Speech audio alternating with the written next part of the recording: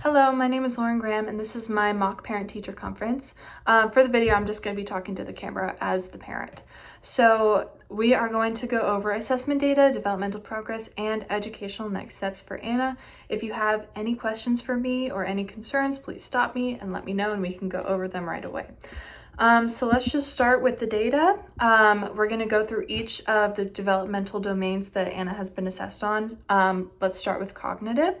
So for her reading, Anna can identify lowercase and capital letters with complete accuracy, which is fantastic, and she's able to identify rhymes 6 out of 7 times and able to blend words 5 out of 7 times, which would be on par for her grade level, so no worries with those things.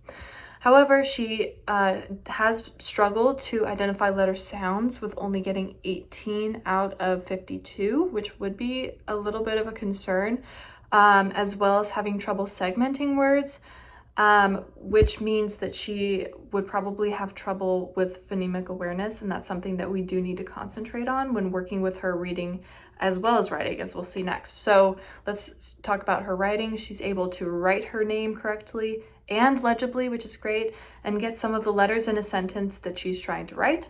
However, the sentence is not really a sentence. We don't know what word she's trying to use, as she's only getting maybe a letter per word, and then you have to explain it later. So that may show some developmental delay in writing, but it also means that we do need to concentrate on her phonemic awareness, as she's not able to sound out words and then write them. So concentrating on that could knock out her reading and writing, and just she could really progress in that way.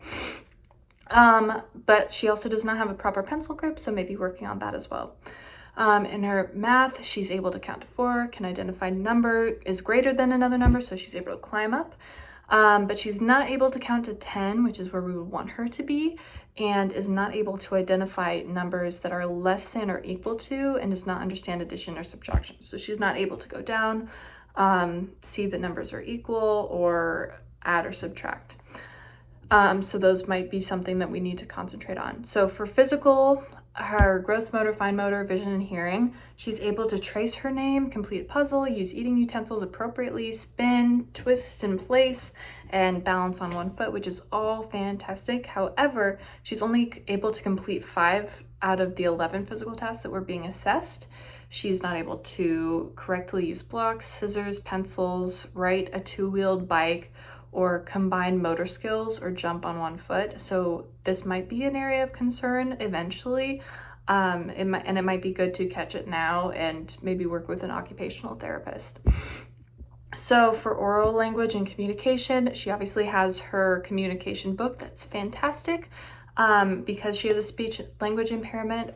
So I don't necessarily think that we have to go into that too much, but using her communication book and communicating with adults and wanting to communicate has been really, really great for her. So I think that's something to note. Her social emotional behavior, she's having great social emotional interactions with adults. She's led a para to her desk. She chose to go find a teacher when there was an issue instead of maybe handling the issue herself, which is great, and showing positive interactions towards adults. However, she's not showing those same interactions with her peers, which could signify a social emotional delay, like she's ignoring the students, and she gets distracted and only really gives attention to adults, so that might be something to look at. So for the educational next steps, I think Anna could greatly benefit from an IEP, which it seems like she already has, as she's receiving educational services or special educational services. So having an IEP that would really, again, focus on the phonemic awareness, her math skills, possibly her physical skills, and her social emotional skills would be great for her, and could really catch these things early so that she can improve later on. I would also recommend maybe having an aide or a para just designated for her, so that they're able to correct her pencil grip when I'm not able to, or able to remind her, oh, this is how you sound out a word, or reinforce the letter sound connections would be really, really beneficial for her. And so I think those are some of the next steps we can take.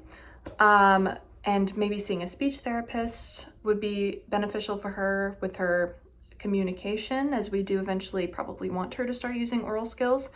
But I also would recommend that she sees an occupational therapist if her motor skills do not improve soon. But other than that, she is doing great and is making continual progress.